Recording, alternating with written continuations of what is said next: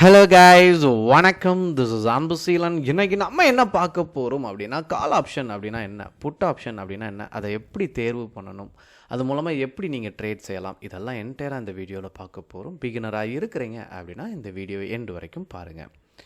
So முதலாவது விஷயம், நீங்கள் ட்ரேடு எடுக்கணும் அப்படிங்கிறது விருப்பப்படுவீங்க. நார்மலாக நம்ம என்ன பண்ணுவோம் அப்படின்னா, ஸ்டாக்கில் ட்ரேட் பண்ணுவோம். ஒரு டாடா ஸ்டீல், ஹிண்டால்கோ இந்த மாதிரியான ஒரு ஷேரை என்ன பண்ணுவோம் அப்படின்னா பை பண்ணி செல் பண்ணும். இது நார்மலாக தெரியும். ஆப்ஷன் அப்படிங்கும்போது கொஞ்சம் குழப்பமாக இருக்கும், சரிங்களா? ஸோ எப்போதுமே ஆப்ஷனை பொறுத்த மட்டும் சரிங்களா, அண்டர்லைனிங் அசெட் அப்படின்னு சொல்லுவோம், சரிங்களா? இந்த அண்டர்லைனிங் அசெட் அப்படின்னா, நீங்கள் டாடா ஸ்டீலில் ட்ரேட் பண்ணுறீங்களோ, ஹிண்டால்கோவில் ட்ரேட் பண்ணுறீங்களோ, Nifty 50, bank Nifty, fin Nifty, இது மேலே போகுமா கீழே இறங்குமா அப்படிங்கிறத கணிக்கணும், சரிங்களா? எல்லா பேட்டர்னுமே சேம் தான்.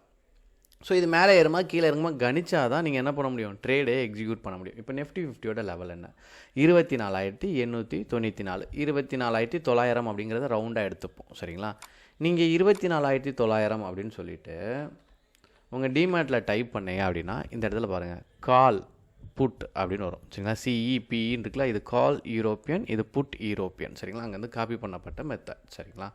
ஸோ இதில் நீங்கள் செலக்ட் பண்ணணும். இப்போ மார்க்கெட் மேலே ஏறும் அப்படின்னா காலை பை பண்ணணும், சரிங்களா? மார்க்கெட் கீழே சரியும் அப்படின்னா புட்டை பை பண்ணணும். என்ன ரெண்டும் பை குழப்புதே அப்படின்னு தோணும், சரிங்களா? இங்கே என்ன ஆக்ஷன் நடக்கும் அப்படின்னா இதுக்குள்ளே, சரிங்களா? இது ரெண்டுலேயுமே பார்த்தீங்க அப்படின்னா ப்ரீமியம் இருக்கும். ஸோ இதை நான் ஆட் பண்ணுறேன்.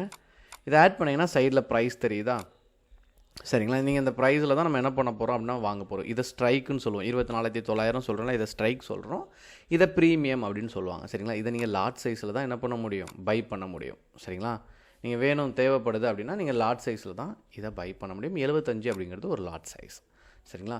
இப்போ மார்க்கெட் மேலே போச்சுன்னா கால் மேலே போகும், மார்க்கெட் கீழே இறங்குதுன்னா புட்டு மேலே போகும். இந்த இடம் தான் குழப்பம்.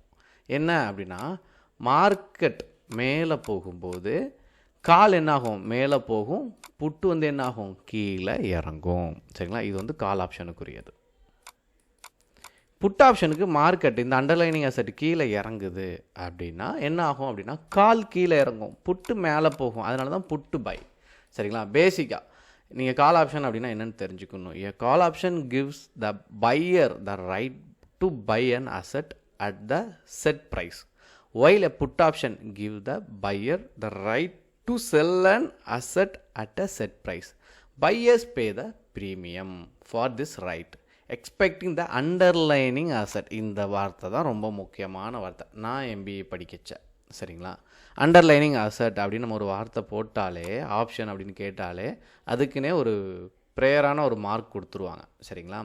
ஸோ அதனால தான் அது அவ்வளோ வேல்யூ. எப்போவுமே நீங்கள் இதை புரிஞ்சுக்கணும், அண்டர்லைனிங் அசெட் அப்படிங்கிறத கரெக்டாக புரிஞ்சுக்கணும், சரிங்களா?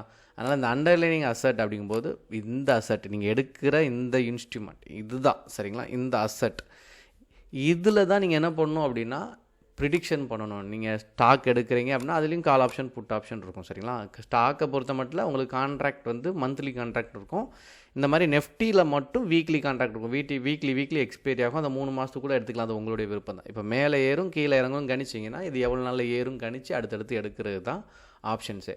அப்போது இதுக்குமே சார்ட் இருக்கும், சரிங்களா? இந்த ப்ரைஸ் மூவ்மெண்ட் ஆகிருக்குல்ல, இதை நீங்கள் எடுத்து தனியாக எடுத்து பார்த்தாலுமே கால் ஆப்ஷனுக்குமே சார்ட் இருக்கும், ப்ரைஸ் எங்கேருந்து எங்கே மூவ் ஆகிருக்கு அப்படிங்கிறது, சரிங்களா? அதேமாதிரி புட்டுக்குமே பாருங்கள், ரெண்டுக்குமே வித்தியாசம் தெரியும், சரிங்களா? ஸோ நீங்கள் ரெண்டையுமே பார்க்கலாம், சரிங்களா? ஒன்று இங்கே பாருங்கள், இந்த மந்தோடது ரெட்டாக இருக்குது, இங்கே பாருங்கள் இது க்ரீனாக இருக்குது, சரிங்களா? அதனால் மார்க்கெட்டை பொறுத்த மார்க்கெட் மேலே போயிருந்துச்சு, இப்போ வந்து பார்த்தீங்கன்னா நெஃப்டி மேலே போயிருக்கா, அதனால் இங்கே க்ரீனாக இருக்குது, இங்கே ரெட்டாக இருக்குது. அந்த மாதிரியான விஷயம் இதில் நீங்கள் பார்த்தாலே தெரியும். அதனால தான் இல்லை உங்களுக்கு கால் பிரச்சனை இல்லை, நீங்கள் நார்மலாக புரிஞ்சுப்பீங்க. மார்க்கெட் மேலே போகும்போது நம்ம என்ன பண்ணிடுவோம், காலை பை பண்ணிடுவோம், சரிங்களா? மார்க்கெட் சரியும் போது பிகினிங் சமயத்தில் கொஞ்சம் டவுட் வரலாம், சரிங்களா? மார்க்கெட் சரியும் போது புட்டு மேலே போகும் ஞாபகம், காலு கீழே இறங்கும், அதனால் புட்டு பை, சரிங்களா? இதுக்கடுத்து இதில் செல் ஆப்ஷனும் இருக்குது, சரிங்களா? ஸோ இது சரிகிற மாதிரி இது அடுத்த ஸ்டேஜ், சரிங்களா? ரைட் ஆஃப் அப்படின்னு சொல்லுவாங்க. ஆப்ஷன் செல்லிங் சொல்லி கேள்விப்படுவீங்க. இனிஷியலாக அதை கற்றுக்கொண்டேன், ஆனால் ஆப்ஷன் செல்லிங்க்கு வரைக்கும் ட்ரை பண்ணுங்கள். அதுதான் அடுத்த லெவல். உங்களுக்கு கன்சிஸ்டண்ட்டாக ஒரு ப்ராஃபிட்டில் மேக் பண்ணுற சின்ன ப்ராஃபிட் இருந்தாலும் கன்சிஸ்டன்சி இருக்கும், சரிங்களா? அதனால் நீங்கள் அதை ஃபாலோ பண்ணி ட்ரேட் பண்ணும்போது கொஞ்சம் கான்ஃபிடென்ட் லெவலில் இன்க்ரீஸ் ஆகும், சரிங்களா? சின்ன லாஸுக்கு அப்புறம், சரிங்களா?